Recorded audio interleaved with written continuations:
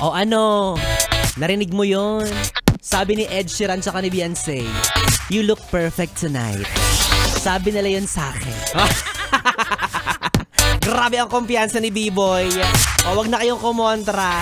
Ibigay niyo na sa akin ang gabing ito, ha? Sabi nila, "You look perfect tonight." O, diba? Sabi nila, hindi nakalimutan ko yung lyrics.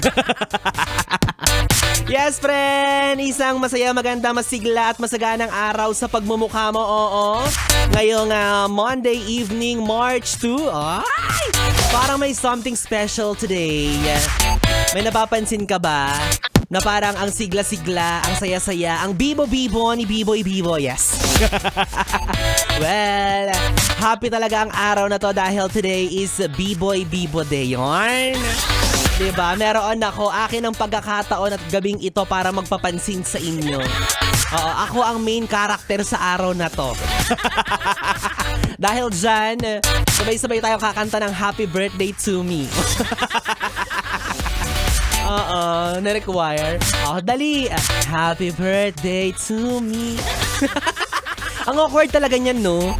Alam niyo isa yan sa pinaka, masasabi ko na awkward na bagay sa buong araw ng isang may birthday celebrant. Or ako lang to, hindi ko alam. Kasi kapag kinakantahan ako ng happy birthday, medyo nakikringe ako. Yung parang tumataas yung balahibo ko, tapos lahat sila nakatingin sa'yo. Awkward. Tapos makikita ka nila kung paano ko mag-blow. Hala. Nagbo-blow ako in private moments lang. Charot lang.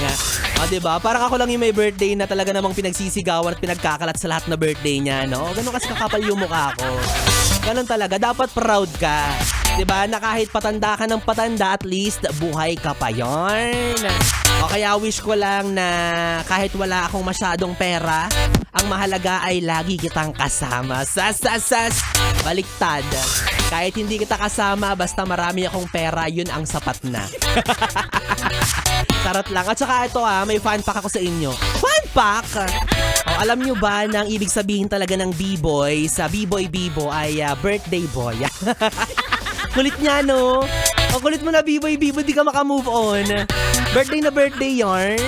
Bakit? Alam nyo yung mga ganitong araw, minsan lang to sa isang taon.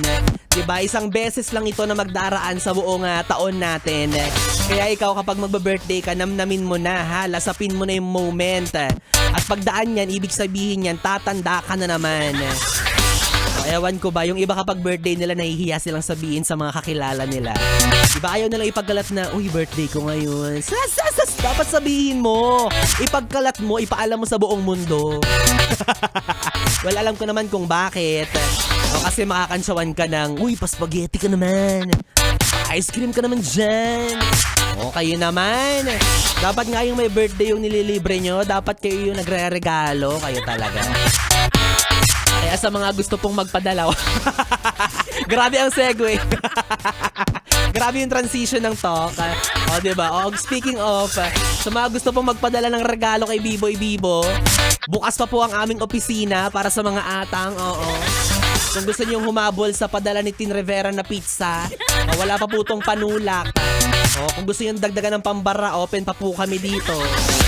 Ayoko naman sabihin na yung address namin sa MBC Building CCP Complex, Pasay City, katabi ng Star City.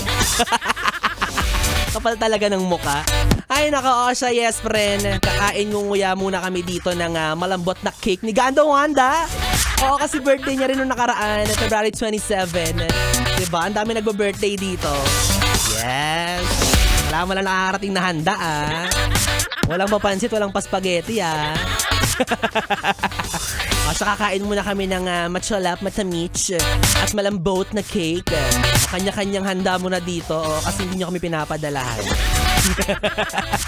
Yes, friend, kapiling mo na ang bibi mo sa radyo, ang DJ na mabilis bumayo ang dila sa mikropono. Ako po si DJ B-Boy. B-Boy na pwede mong makatabi hanggang mamayang alas 12 para sa ating TV time. Kaya naman dito ka lang sa istasyong no problem. Ang 101.1 Yes FM. Solid. Oras natin 9:38.